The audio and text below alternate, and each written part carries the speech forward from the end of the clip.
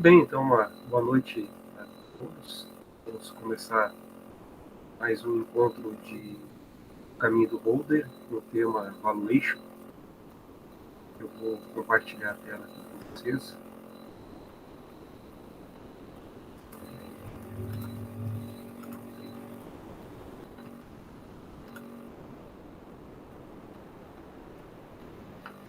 Então, nossa aula 7, de 11 aulas, com conteúdo, e a 12ª é a apresentação do Valuation. Então, a estimativa do fluxo de caixa. Primeiras lâminas são as lâminas padrão de abertura aqui do nosso curso, com a identificação do tema, Estimating Cash Flow, que é a sessão 7 do webcast da Modar. A gente encontra no capítulo 9 e capítulo 10 do livro, né, Valuation.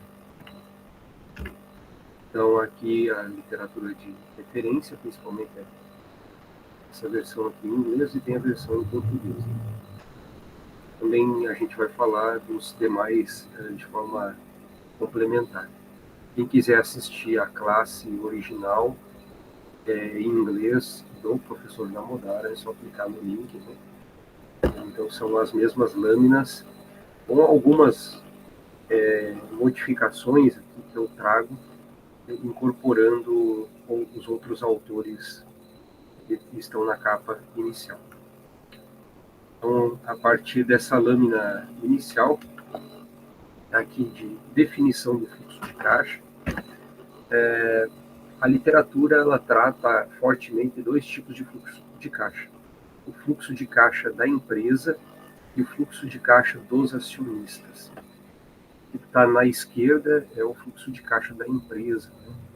No inglês, Free Cash Flow to Farm, farm de empresa. Deixa eu pegar aqui a caneta. E aí, então, para chegar nesse fluxo de caixa, converter lucro em caixa, dinheiro, eu vou partir do LAGI, que é meu lucro operacional antes dos juros e impostos. Tá? E aí vou aplicar questão do benefício fiscal, vou diminuir das despesas de capital, que a gente vai ver que depois são chamadas de CAPEX, Capital Expenditure, menos as depreciação, menos a nossa mudança no capital de giro, que supondo que há um desembolso de dinheiro para as atividades de capital de giro, como estoques, financiamento de clientes, da carteira de clientes com contas a receber, capital de giro. Aí eu chego no meu fluxo de caixa da firma ou da empresa. Do outro lado, a gente tem, né, depois nós vamos ver que há um equilíbrio entre os fluxos de caixa, aqui sendo colocado da firma e dos acionistas, que é dado pelo patrimônio líquido. Tem um outro fluxo de caixa, que é o fluxo de caixa, o terceiro, não está aqui sendo representado, mas eu mostro em seguida, que é o fluxo de caixa dos credores ou dos banqueiros, para equilibrar a balança. Todas as minhas aplicações, de um lado eu tenho, do outro lado as minhas origens, e eu tenho, então, na parte do patrimônio, Free Cash Flow to Equity, então, do patrimônio. E a gente parte não do lucro operacional, né, mas do resultado líquido, ou lucro líquido, a última linha do DRE. E a gente soma ou diminui as despesas de capital, menos a depreciação, a mudança também de capital de giro, e mais, ou menos, melhor dizendo, o principal pago que a gente pagou de redução de empréstimos e o que foi obtido de novas dívidas, e também reduz os dividendos preferenciais que foram pagos para chegar ao fluxo de caixa do acionista. Olá, tudo bem, Vitor? Bem-vindo. Eu também poderia usar dividendos, tá? E a ideia de recompra de ações Nós vamos, em aulas futuras, ver que isso é também possível, mensurar o fluxo de caixa do acionista sobre o que, de fato, ele recebe, né? Que são os dividendos. Tá? O Free Cash Flow to Equity é um potencial dividendo que a empresa tem de repassar para os acionistas. No entanto, ela pode reter, né, esse dinheiro para reaplicar na empresa. E essa seria a grande diferença entre os dividendos e o Free Cash Flow to Equity, que seria um dividendo potencial. O lucro operacional, no inglês, a gente vai ver que ele é usado essa nomenclatura aqui, NOPAT, tá? De Net Operating Profit After Tax. Tá? E o lucro operacional no bom português. Também chamado de LAGI, ou lucro antes dos juros e imposto de renda. No caso do Brasil, não é só imposto de renda, porque também tem contribuição social. Os ingredientes básicos, então, do fluxo de caixa é eu estimar o lucro da empresa. Tá? Se for o fluxo de caixa dos acionistas ou do patrimônio líquido, eu preciso estimar o lucro líquido. E se for o fluxo de caixa da empresa, tá, ou do negócio em si, eu preciso obter o lucro operacional após os impostos. Considere quanto a empresa investiu para criar crescimento futuro. Preciso levantar essa informação, quanto a empresa investiu no ano ou no exercício para criar crescimento no amanhã. O que incorpora isso? Investimentos que não foram contabilizados como despesa, é o que a gente chama de despesas de capital ou capital expenditure, CAPEX, na medida em que a depreciação fornece o fluxo de caixa. Né? Então, ela vai cobrir os gastos que a empresa faz com essa categoria de despesa, né? O CAPEX. E também a gente tem que considerar as crescentes necessidades de capital de giro, que é a variação do capital circulante líquido. Né? Delta, né? Variation Working Capital, variação do meu capital de giro. E ao analisar o fluxo de caixa do patrimônio, eu também tenho que considerar as dívidas emitidas e as dívidas pagas. Tá? No caso do fluxo de caixa do acionista, como eu mostrei esquematicamente na lâmina anterior. Então, a primeira etapa para montar o fluxo de caixa é obter os lucros, né? Os ganhos certos. Vou olhar para a história da empresa, vou olhar para empresas comparáveis, né?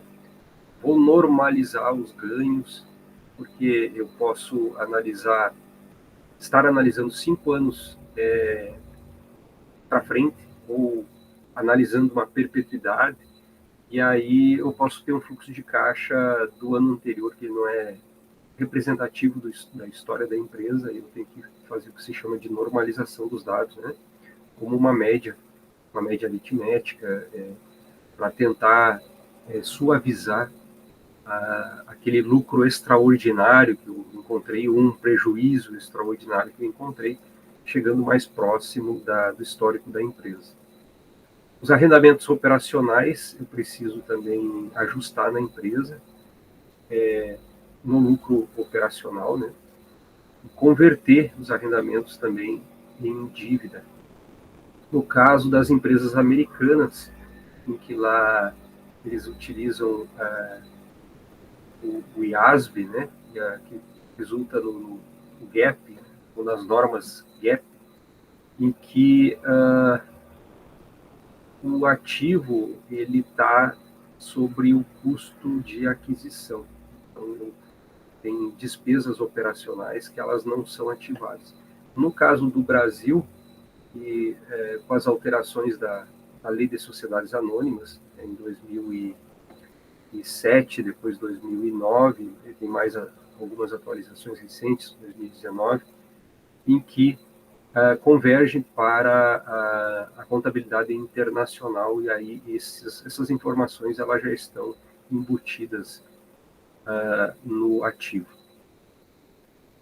Eu também tenho que considerar as despesas de pesquisa e desenvolvimento, né, convertê-las em ativos e ajustar o lucro operacional. Então, eu preciso também limpar os itens operacionais com as despesas financeiras, as despesas de capital, e que não são recorrentes da atividade fim da empresa, né? Assim, eu vou mensurar os ganhos, tá? E atualizar, portanto, o meu resultado, o meu lucro, com os ganhos finais, com números que a gente observando não são números oficiais, né? Não é o lucro do TRE, nem o que a gente tem lá no balanço patrimonial. Isso representa a diferença entre finanças e contabilidade, né? E da mesma forma entre economia, que tem como principal medida econômica de uma empresa o lucro. No caso das finanças é o caixa, né, que é o que a gente vai calcular. Por isso essas diferenças entre a contabilidade, a economia e as finanças. Então, as despesas de arrendamento operacional, né, a gente vai tratar as despesas operacionais no cálculo da receita operacional, fazendo ajustes. Tá? Ajuste. A despesa de arrendamento ela deve ser tratada como uma despesa de financiamento, com os ajustes de rendimentos e de capital. Dado por essa equação aqui, o valor da dívida do arrendamento operacional vai ser o valor presente dos compromissos arrendados operacionais, né, ao custo da dívida. Então, eu vou olhar o valor dos aluguéis, né, tipo assinar um contrato de aluguel de uma loja. Então, eu fiz um compromisso para 1 ano, para 5 anos, para o prazo indeterminado, mas a gente tem uma vida útil em que se pretende ficar naquele imóvel. E aí eu vou trazer todos os aluguéis que eu vou pagar no futuro para valor presente, para uma taxa de crédito, né, que a gente viu em aulas passadas como calcular o custo de dívida. Então, eu vou ter um lucro operacional ajustado, que é o meu lucro operacional, mais as despesas de arrendamento operacional, menos a depreciação do ativo arrendado. Eu vou considerar ele como se fosse meu ativo, independentemente de ser alugado, ser de terceiro, para cálculo da depreciação. E eu posso usar, em vez desta equação, uma aproximação do lucro operacional ajustado, como sendo a soma do custo antes do imposto da dívida, vezes o valor presente do arrendamento operacional. Eu vou apresentar um exemplo aqui. A empresa The Gap, em 2003, ela apresentava no seu balanço patrimonial uma dívida de quase 2 bilhões de dólares. Tá? E essa dívida ela tinha um custo de cerca de 6%, era a taxa de juros média para manter essa alavancagem na empresa. E, além disso, ela tinha ativos arrendados, aluguéis, né, em 2003, que foram pagos na ordem de quase 1 bilhão de dólares. Tá? Então, um valor expressivo em relação ao montante que ela deve. E os compromissos futuros de arrendamento. O ano 1 seria 2004, o ano 2, 2005, até chegar aqui, né, 2008. Os compromissos em milhões que ela já tinha assumido, já tinha contrato assinado, com aluguéis de imóveis para a sua atividade operacional. Aplicando a taxa de 6%, que é o custo de capital, eu vou achar esses valores presentes desses aluguéis.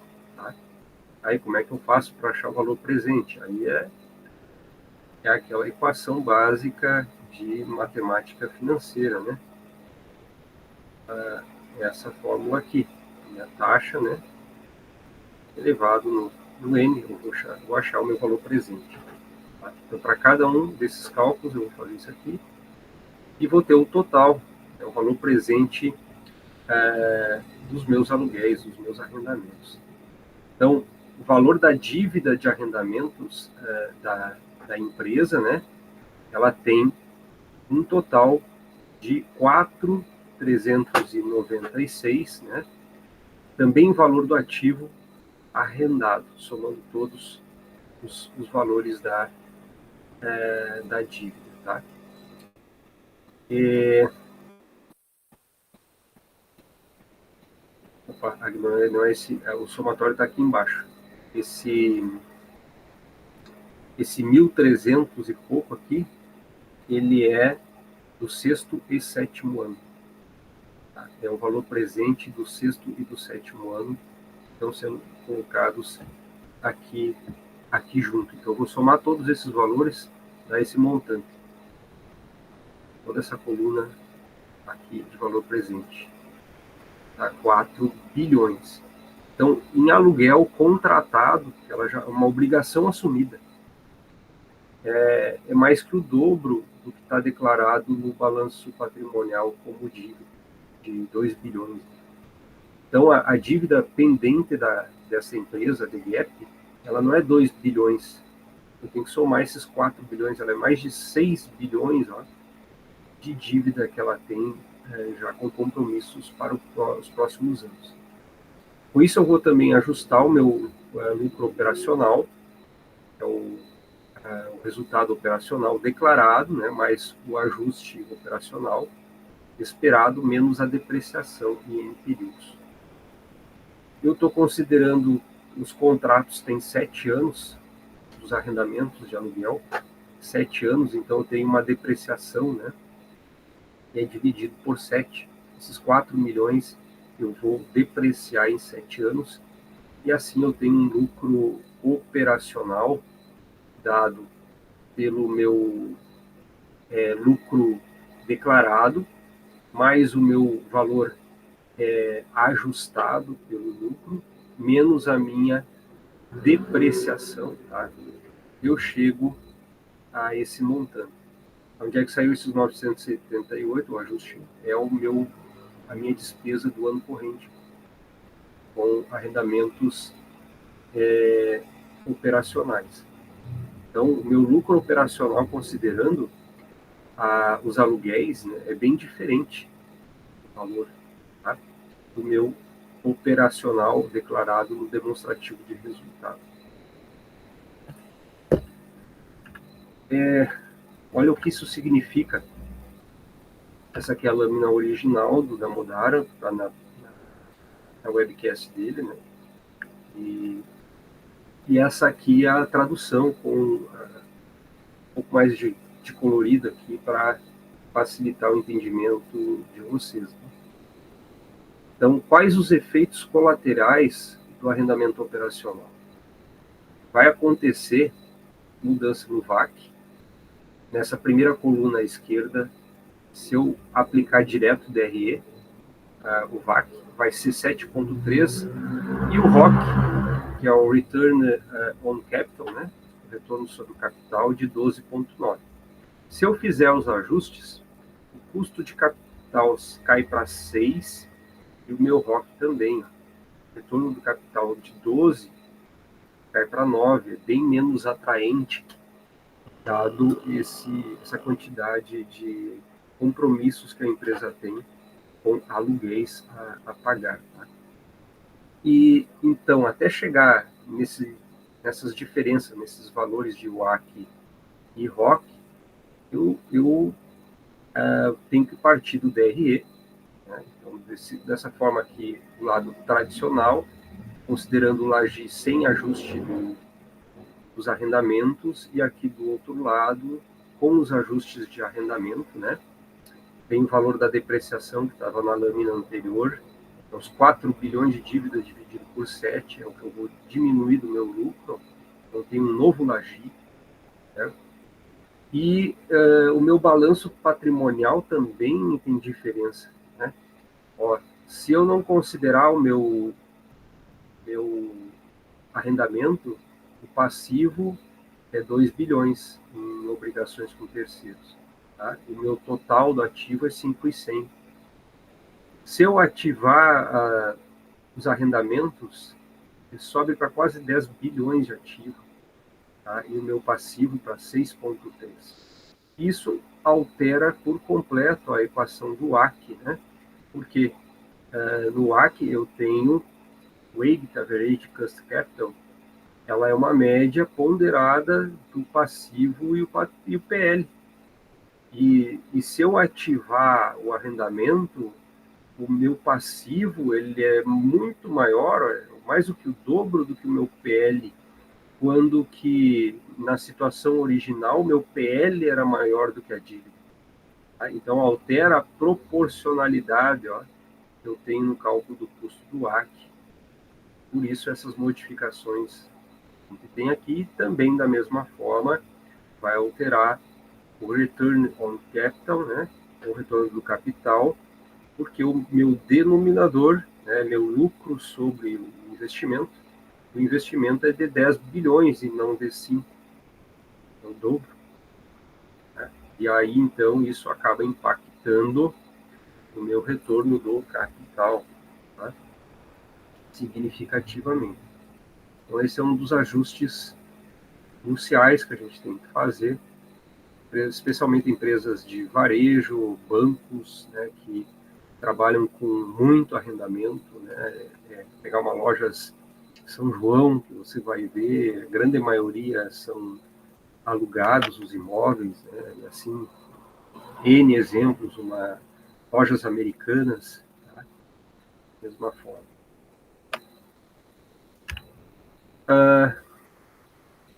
Eu preciso também fazer ajustes nas empresas de tecnologia. O Brasil não é muito comum ter empresa de tecnologia, né, de investimento, que investe em pesquisa e desenvolvimento, mas ainda tem alguma coisa. Usei uma positivo da vida. Oi? Usei uma positivo da vida. Está cortando o áudio, não sei se é. Quer dizer, uma positivo da vida. Uma positivo da vida, perfeito. Sim, a empresa de hardware, né, aqui nacional, positivo, ela também tem gastos com pesquisa e desenvolvimento. Excelente exemplo. Né? Então, mas a gente tem casos lá fora, né, a grande maioria das empresas, né, de alto valor, que são bastante apreciadas, né, e apressadas pelos investidores, são empresas de tecnologia, uma Google, uma Apple, uma Tesla, né? Elas têm gastos expressivos em pesquisa e desenvolvimento, que numa forma tradicional seria jogado como despesa no DRE. E a gente tem que ativar isso aí, né? Tem que transformar em ativo. Então, as normas contábeis, elas tratam o P&D como uma despesa, embora seja projetada para gerar crescimento futuro.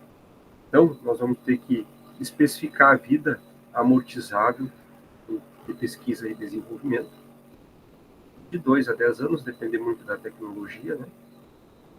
Recolher as despesas passadas enquanto durar a vida amortizável. Então, eu vou ter que olhar para trás também, porque o ano passado eu gastei 10 anos atrás, e ainda esse ano eu estou amortizando pesquisa e desenvolvimento de 10 anos atrás, se eu usar uma amortização de 10 anos. Tá? E aí eu vou ter que resumir o que eu gastei com P&D, não amortizado durante o período. Né? Aqui um exemplo, se eu usar 5 anos, eu vou amortizar 1/5 das minhas despesas com P&D a cada ano. Né? E assim, 2/5, 3/5, até chegar no meu último ano. Para ficar mais fácil o entendimento, nada melhor do que um exemplo. esse é o ano presente, tá? Eu estou gastando aqui 1 bilhão de euros, tá? 1 bilhão de euros com P&D na SAP. Isso aqui é uma empresa de tecnologia muito comum em empresas industriais, né? SAP R3. Então, ela gastou no presente 1 bilhão de euros e, então, como é o ano presente, ela não amortizou nada ainda. Mas no ano anterior, né, ela já amortizou 20%, tá? 20%, que é um quinto. É um quinto que a gente mostrou do exemplo anterior. Então, em vez de eu considerar 10 anos de amortização, estou considerando 5 nesse exemplo. A despesa que ela teve 2 anos atrás foi de 909 milhões de euros. Então, ela vai amortizar 2 quintos, né? Então 40%, sobrando 60% não amortizado. Então, ela amortizou 20, ela está amortizando 40, aqui 60, 40 com 60 fecha o 100%, né? Tá? Aqui é 80%, e chega lá no último período, né? 100%, né? Porque ela não tem mais nada amortizado, né? Então, eu tenho um quinto de 744, são 148 milhões. Aqui, da mesma forma, considerando, né, os valores por ano a ser amortizado, um quinto, né? E um quinto de cada ano é o meu total que eu tenho de 900 milhões amortizado nesse ano presente, né? Eu tenho um gasto de 1 milhão, mas estou amortizando 903. Isso que me gera 117 milhões de diferença entre o meu gasto, o aumento de receita operacional, e o meu gasto com a ideia da amortização, né? Operação desse dinheiro. Tá? O meu valor de pesquisa é o total que eu tenho de não amortizado, esses percentuais aqui de ano a ano, esse valor, mais esse valor, mais esse valor, não amortizado, eu tenho valor de ativo da pesquisa, vai cair no meu balanço patrimonial, quase 3 bilhões de euros em ativo. Então, o mesmo quadro comparativo aqui, ó, só altera o meu ROC, tá? Eu, sem ativar o P&D, eu tenho quase 30% de retorno on capital, então parece muito atraente, né? Mas se eu for ativar minha pesquisa e desenvolvimento, meus gastos com P&D, isso cai para 17% o ROC, tá? Por conta das mesmas razões, né? O meu ativo, que era 3 bilhões, 6,7, no caso dessa empresa, passa para 6,7, porque eu estou somando aqueles 2.900 bilhões de P&D não amortizado ainda. Então, altera bastante o valor do ativo e acaba caindo o ROC. Tá? Desse lado, a gente tem o DRE, a conta convencional, qual seria o meu fluxo de caixa. Isso é interessante a gente ver, que eu ativando o P&D ou não, o meu fluxo de caixa vai ser o mesmo valor, são iguais, mas altera o meu ROC significativamente. Tá? Aqui tem o passo a passo, mostrando o LAGI, mostrando a amortização, o meu novo NOPAD, tá? Que vai ser esse montante aqui de 1,3 bilhão em vez de 1,2 bilhão, tá? O benefício fiscal que eu estou ignorando se eu não ativar o PID, né? E vou chegar a um lucro líquido que também vai aumentar em 117 milhões, o mesmo cálculo mostrado na lâmina anterior. Tá? Depois, em casa, é bom vocês tentarem pegar a lâmina, replicar ela, né? Entender, estudar a lâmina para entender de onde sai esses valores, está todo ele de forma lógica sendo apresentado, né? Tem que ser um pouco rápido e aí não consigo me ater muito na lâmina. E as consequências disso, né?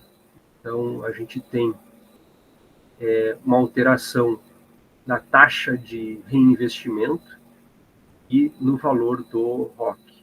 Tá? Aqui como é que a gente calcula a taxa de reinvestimento em P/B,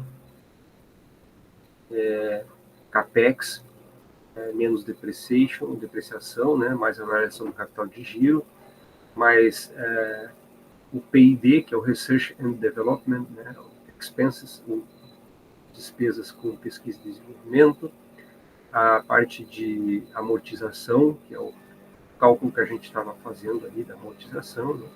Aí eu tenho o meu EBIT, é o LAGI, né? Win Before Interest and Taxes, e eu vou somar de novo aqui as minhas despesas e diminuir a minha amortização, eu tenho o que se chama de taxa de reinvestimento em PIB. Tá? Isso mostra a mudança se eu não ajustar o ORD e se eu ajustar o ORD. Né?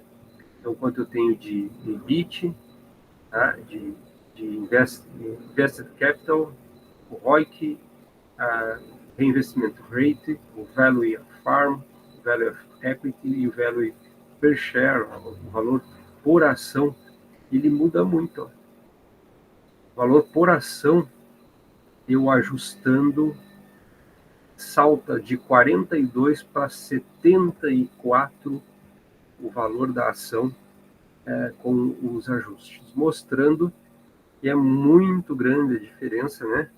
Se eu não fizer a coisa certa.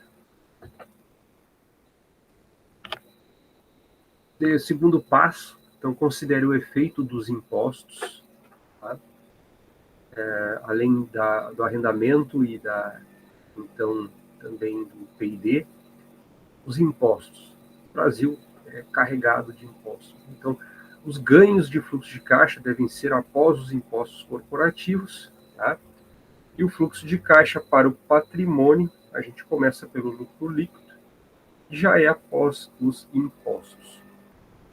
Quando a gente faz o fluxo de caixa livre, então para a empresa, a gente vai estar computando o fluxo de caixa como se não tivesse dívidas. E é por isso que a gente chama ele, né, de fluxo de caixa não alavancado.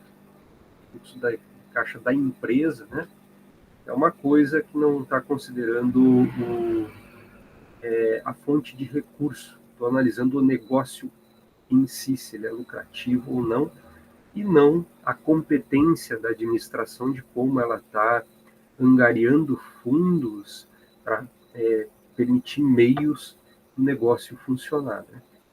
Então, consequentemente, a gente tem que calcular o imposto que precisa pagar sobre a receita operacional, como se fosse uma receita, então, tributada. No curto prazo, a gente pode considerar a taxa de imposto, a taxa efetiva, aparecendo lá no demonstrativo de resultado. Né? Agora, se eu considerar períodos mais longos, né, de empresas que são mais perenes, a tendência é a gente convergir o que é chamado pela literatura de taxa de imposto marginal. Seria o valor de equilíbrio de imposto ao longo do tempo da empresa. Bom, o NOPAT que a gente mencionou, Net Operating Profit After Tax, tá? No português, lucro antes dos juros, ajustado de impostos. O Brasil, a gente vai usar aqui o EBIT ou LAGIR, né? Considerando o imposto de renda e a contribuição social, aquele número mágico que o pessoal gosta de usar, né, de 34%, ou sendo uma aproximação. Né? E o conceito do que é o EBITDA e o Lagida, para vocês entenderem a diferença em relação ao EBIT ou Lagir, né, porque ela está também considerando a depreciação e amortização. No caso do NOPAT, para o nosso cálculo, é o EBIT que a gente usa e não o EBIT.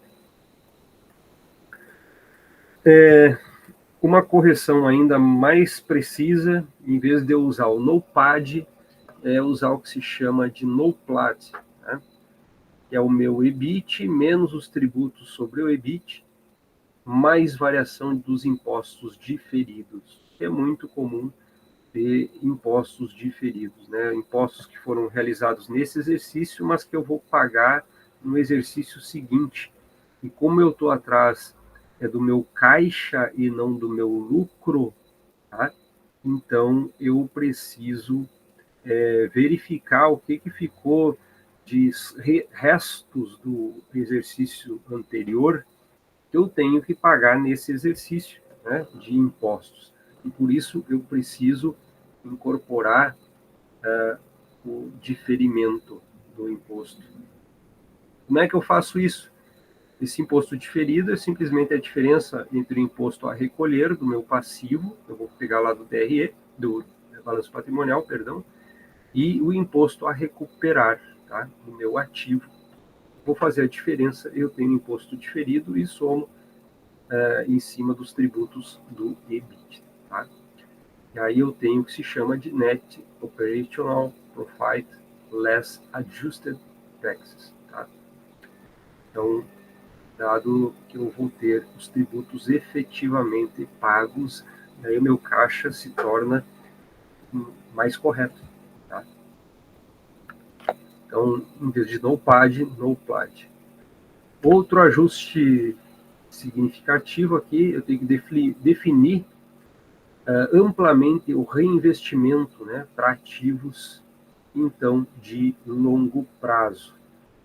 O que são ativos de longo prazo? O meu CAPEX, a minha despesa de capital, o meu investimento, né, que tem que ser, como a gente mostrou, a minha despesa de capital ajustado pelo PID do ano atual e menos a minha amortização do meu ativo de pesquisa, é a minha despesa de capital líquida ajustada. Tá? Também pode acontecer de eu ter um crescimento inorgânico, né? Em vez de ser um crescimento da atividade da empresa, ela, por suas próprias pernas, ela cresce comprando outras empresas. A famosa Merged and Acquisitions, né? Ou M&A. Então, aquisições e fusões para nós. E eu vou ter que somar, então, as aquisições de outras empresas menos a amortização de tais aquisições. Tá? Uma ressalva é que as aquisições, na maioria das empresas, elas não ocorrem todos os anos, elas são pontuais, ocorrem uma vez a cada 10 anos, uma vez a cada 5 anos, não é todo ano que ela está comprando outras empresas de forma um fluxo contínuo, tá? E se não é um fluxo contínuo, pode acontecer de eu calcular meu fluxo de caixa e o ano passado, ela fez uma aquisição de uma grande empresa que impacta significativamente no lucro, mas, no entanto, ela faz os outros 10 anos para trás, ela não comprou nenhum ativo. Daí eu preciso fazer uma média de longo prazo, que é o que a gente chama de suavização, tá? Como eu mencionei antes, ou normalização desses dados. Tá? E onde é que eu acho essas informações de aquisição? Elas normalmente estão no demonstrativo de fluxo de caixa que as empresas são obrigadas a divulgar, né? Além do DRE e do balanço patrimonial, lá no meu fluxo de investimentos, né, de atividade de investimento, vai aparecer o que ela teve de gasto com a aquisição de outras empresas. Como é que eu calculo o CAPEX? Aqui eu trago 6 fórmulas diferentes de fazer esse cálculo. Vocês não vão achar essa lâmina na apresentação do Damodaran, é uma criação minha aqui, né? E sintetiza o que tem na literatura do Damodaran, tem também do Serra, e em outros livros vocês vão encontrar. A primeira forma é uma forma aproximada, né, grosseira, e muita gente faz porque é simples, é fácil, né, mas já estou cometendo o erro, e é fazer a variação do ativo menos a variação do passivo. A segunda, que daí é precisa, é a variação do ativo imobilizado bruto. Tá? A terceira forma é eu fazer a variação do ativo imobilizado líquido, mais a depreciação dos ativos, mais as amortizações. A quarta forma é eu fazer a depreciação no período T, menos o imobilizado bruto em T-1, vezes a taxa de depreciação, sobre a taxa de depreciação média. E a taxa de depreciação média ela é feita pela despesa de depreciação no período T, sobre a média do imobilizado bruto em T-1. A quinta forma é eu calcular o imobilizado líquido no período T-1, vezes a variação de receita líquida, mais o imobilizado bruto no período T-1, vezes a taxa de depreciação, sobre o que sobra da média da taxa de depreciação. E a sexta é a receita líquida dividido pelo giro do ativo imobilizado líquido, menos o imobilizado líquido em T-1, mais o imobilizado bruto em T-1, vezes a taxa de depreciação, sobre o que sobra também de 1 menos a média da taxa de depreciação. Tá? Esse GA é o giro do ativo imobilizado no período T. Vai ser a minha receita líquida dividido pelo imobilizado líquido. Para não deixar tão vazio e mostrar que todos os caminhos, né? São vários os caminhos, como dizia já o professor Palladini, lá da UFSC, que levam ao Senhor. Né? Então, independentemente do caminho que eu escolher da fórmula, ele tem que dar o mesmo resultado. Tá? Como mostra esse exemplo que eu montei, né? Eu chutei aqui valores de um ativo, criei um balanço patrimonial hipotético, um passivo, né, hipotético, equilibrado, com dois exercícios, T-1 e T, que é o que eu preciso, tá, para calcular o CAPEX. E aí eu apliquei as 6 formas de equação. A primeira, aproximação grosseira, eu achei 13,9 de CAPEX, né? É a variação do ativo menos a variação do passivo. Então, eu vou pegar o meu ativo, 523, diminuído o período T-1, e vou fazer a mesma coisa aqui para a variação do passivo que eu tenho. Tá? E vou chegar num valor muito parecido, mas é longe ainda. O valor correto é 18,4. Pela aproximação é 13,9. Eu tenho de variação de passivo, tá? Mas pela segunda forma, se eu usar a variação do ativo imobilizado bruto, eu acho os 18,4, está em negrito o ano T e em vermelho o ano T-1. Se eu usar a terceira fórmula, também chego a 18,4. Tenho aqui a variação do ativo imobilizado líquido. Então, vou pegar o meu imobilizado líquido, está aqui, tá? No período T, menos T-1, mais, então, a minha depreciação dos ativos. A gente tem, né, a depreciação aqui de 68 e 60. Sendo colocado na equação, vai dar o mesmo 18,4. Se eu não fiquei contente, eu quero calcular pela fórmula 4, tá? Vou chegar ao mesmo resultado. Forma 5, mesmo resultado. Mas depois vocês podem olhar cada uma delas. A literatura vão apresentar diferentes formas. Tá, professor, e aí, então, qual é a melhor? Qual é que eu uso? Vai depender dos dados que você tem, né? Demonstrativo, balanço patrimonial, todos eles seguem as normas, né? ou as normas americanas, ou as normas brasileiras, mas há um certo grau de liberdade. As empresas escolhem o nome das contas, a forma como vai apresentar. Então, dependendo de como eu me deparo com o balanço patrimonial apresentado, pode ser mais prático usar uma equação ou outra para o cálculo do CAPEX, tá? Capital Expenditure.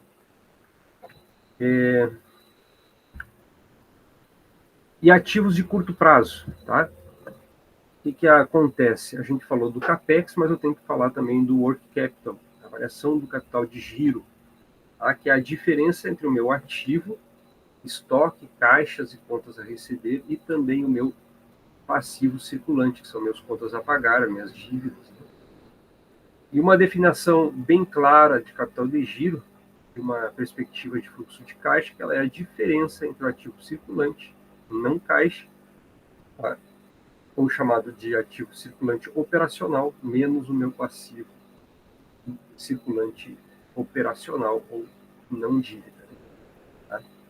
Como é o caso de contas a pagar, tá? Qualquer investimento nessa medida de capital de giro, ela vai comprometer o caixa. Portanto, aumentos ou diminuições vão produzir uma redução ou aumento do meu fluxo de caixa, que é quem eu preciso encontrar. E ao prever o crescimento futuro, vai acontecer de ter efeitos na variação dessa minha necessidade de capital de giro.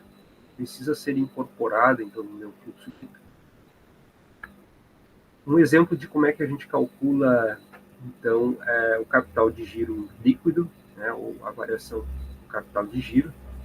Eu tenho 2 anos, o ano 0, o ano T, né, e o ano T-1.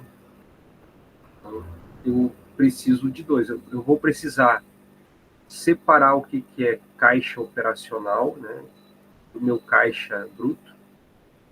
Caixa bruto, ele vai ser igual a meu caixa operacional mais o meu caixa financeiro. Tá? Então, vai ter uma parcela lá de caixa que ela não é necessária. Contas a receber, estoques, eu tenho meu giro do capital de giro. Se eu pegar só o total de ativo corrente, né, a gente também pode chamar de capital de giro, que é a mesma coisa. Se eu diminuir do meu passivo circulante, eu tenho o que a gente chama de capital de giro líquido. Agora, eu achar a minha variação, né, capital de giro, meu investimento em capital de giro, é a diferença de um para o outro, de um ano para o outro, tá? Então, esse aqui é o valor que vai fazer parte do meu caixa. Nesse caso, é um desembolso, ele vai diminuir o meu caixa, né, nesse montante, no cálculo do free cash flow do farm, ou no caso também pode ser do free cash flow to equity. No caso do free cash flow to equity, a gente tem que considerar a emissão de dívidas, tá? O que é bastante comum, pegar empresas e até mesmo o governo fazer emissão de novas dívidas, né? Ou a Dilma, em dezembro do ano passado, pegou R$1 bilhão do BRICS, então ficou claro que foi aquele recurso, né? O destino, a taxa de juros, tá? Então, a captação de empréstimos e menos o meu excesso de caixa. O excesso de caixa, também chamado de caixa financeiro, ou caixa menos caixa operacional. Eu, em vez de usar essa forma sintética aqui para calcular novas dívidas, né, se eu não tiver informação, eu posso usar a álgebra. E aí eu uso essa segunda forma aqui, que é a proporção de passivo em relação ao às minhas obrigações totais, né, passivo mais PL, multiplicado pelo CAPEX menos a depreciação mais a minha variação do capital de giro, eu tenho as minhas novas dívidas. O quarto passo, então, eu posso migrar do meu free cash flow to farm para o free cash flow to equity, usando, então, meu fluxo de caixa da dívida. Tá? No sentido mais estrito, o único fluxo de caixa que o investidor vai receber de um investimento de capital é o dividendo. Então, mais para frente, a gente vai aprender a calcular então, o modelo de fluxo de caixa sobre dividendos. Tá? Mas, no entanto, os dividendos reais, né, são definidos pelos gerentes da empresa, quanto eles querem pagar. Não é o free cash flow to equity, mas assim que os gerentes querem pagar, que vai ser a quantidade de dividendos. Pode acontecer deles serem conservadores, tá, e tentar suavizar os dividendos, e eles podem gostar de reter dinheiro, como as empresas de alta tecnologia. É muito comum reter 100% do dinheiro, não pagar nada de dividendos. Então, os dividendos potenciais de uma empresa são os fluxos de caixa que vão sobrar após a empresa ter feito qualquer investimento necessário para a criação de crescimento futuro e amortizações de dívida. Portanto, o resultado, né, para mim calcular o free cash flow to equity, eu vou sair do lucro líquido, eu vou diminuir as minhas despesas de capital, capex e a depreciação, né, a minha mudança do capital de giro não monetária e o que eu tenho de reembolsos principais ou pagamentos a terceiros, menos novas emissões, eu chego ao free cash flow to equity. Posso sair usando álgebra, tá? Em vez de ir para os DREs, né? Pego simplesmente os valores. Meu free cash flow to farm é esta equação sintética, que até então era o que a gente estava calculando. E para chegar ao free cash flow to equity, eu vou pegar o mesmo, está em negrito, está em azul, em preto, e vou acrescentar o que está em vermelho, que eu tenho menos, então, é o que eu tenho de juros, o benefício fiscal dos juros, mais o pagamento do principal e mais aqui a emissão de novas dívidas. Tá? Então, eu tenho uma relação de igualdade, né, para converter do free cash flow to farm para o free cash flow to equity, lembrando que o real efeito, né, deve ser com o uso do NOPLAD em vez do NOPAD. Essa lâmina eu preparei com base lá no Ricardo Serra e do Michel Wickert, mostrando que há um equilíbrio nos fluxos de caixa. Eu tenho do lado esquerdo o fluxo de caixa da firma e do lado direito, equilibrando, que nem passivo e PL, né, o fluxo de caixa dos credores e o fluxo de caixa dos acionistas.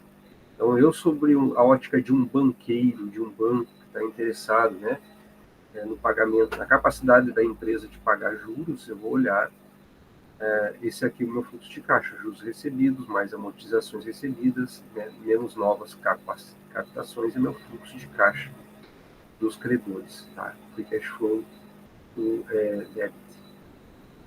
E o que a gente acabou de apresentar, o fluxo de caixa do acionista, lucro líquido, mais depreciação, menos capex, menos investimento de giro, mais novas captações, dá o meu free cash flow to equity. E estão em equilíbrio o meu fluxo de caixa da firma. Um exemplo aqui numérico de cálculo, né? Eu tenho, são dados hipotéticos criados, adaptados aqui do Serra, eu adaptei para tentar produzir uma aula para vocês. Tem o DRE, tem o balanço patrimonial com ativo e passivo, e aí como é que eu chego no free cash flow to farm e no free cash flow to equity, mostrando da onde que vem os valores importados, né, de cada uma das seções. E posso chamar a atenção aqui, ó, o imposto de renda do DRE, ó, ele é diferente do imposto de renda que a gente calcula no fluxo de caixa. Um montante diferente, né? Por que tem um montante diferente? Porque a base de cálculo é diferente. Aqui tem o LAIR, tá? E aqui eu tenho o resultado operacional, que vai ser excluído, né, as minhas despesas financeiras. Então, por isso que ele dá um benefício maior e o meu GOPAD é esse montante. A depreciação e amortização, a gente tem o DRE.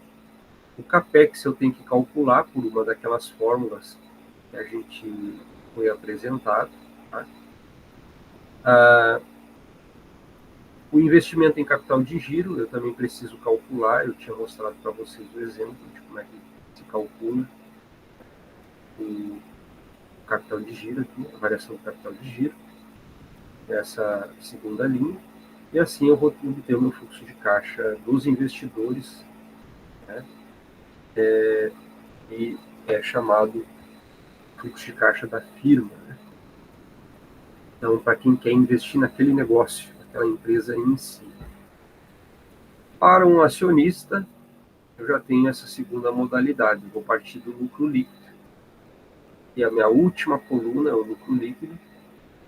Então, eu tenho a minha depreciação, eu tenho CAPEX, eu tenho variação do giro, que são os mesmos valores, né? Mas ainda vou somar as novas captações. Da onde eu acho as novas captações? Também posso usar a álgebra, aquela equação que eu mostrei para vocês na lâmina anterior, novas captações, como sendo essa razão que eu tenho aqui de passivo e PL, né? E mais o CAPEX, né? Menos a minha depreciação e mais o meu investimento em capital de giro, eu tenho as novas captações vão estar sendo somadas aqui. Então, eu tenho como fonte de dados um DRE, tenho como fonte de dados um balanço patrimonial, e essa planilha, essa aqui, a gente obtém, né, a partir dessas duas informações apenas, que é o DRE e o balanço patrimonial. Tenho 3 equações, o CAPEX, o capital de giro líquido e as novas captações, e a gente chega no fluxo de caixa, né, mostrando a diferença entre caixa e lucro. O lucro é positivo, 14 mil. Fluxo de caixa para a empresa é negativo, de menos 3. Né? E para o acionista é positivo, de 0,55. Outro exemplo mostrando a saída do Free Cash Flow to Equity, né? O fluxo de caixa disponível dos acionistas para o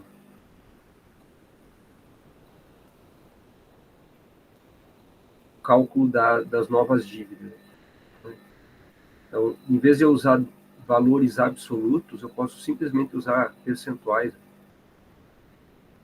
Quanto representa, tá, valor redondo, né, bonitinho, para facilitar o entendimento. 40%, 40%, 60%, CAPEX, depreciação e a variação do capital de giro.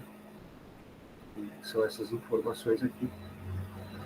Eu consigo obter as novas dívidas. Esse valor também compõe o fluxo de caixa, que é a próxima linha.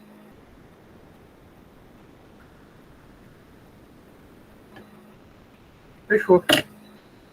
Essa era a aula de hoje, né? Eu percebo que a gente tem bastante ajustes a fazer para se chegar a um fluxo de caixa real, né? E a gente enxerga muito trabalho abreviado, né? E não faz todas as correções que são necessárias.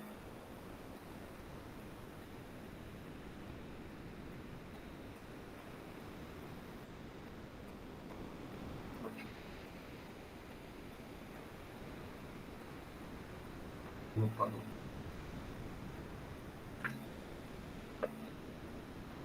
Perguntas? Corrido? Mas se eu não faço assim, eu não entrego em 1 hora.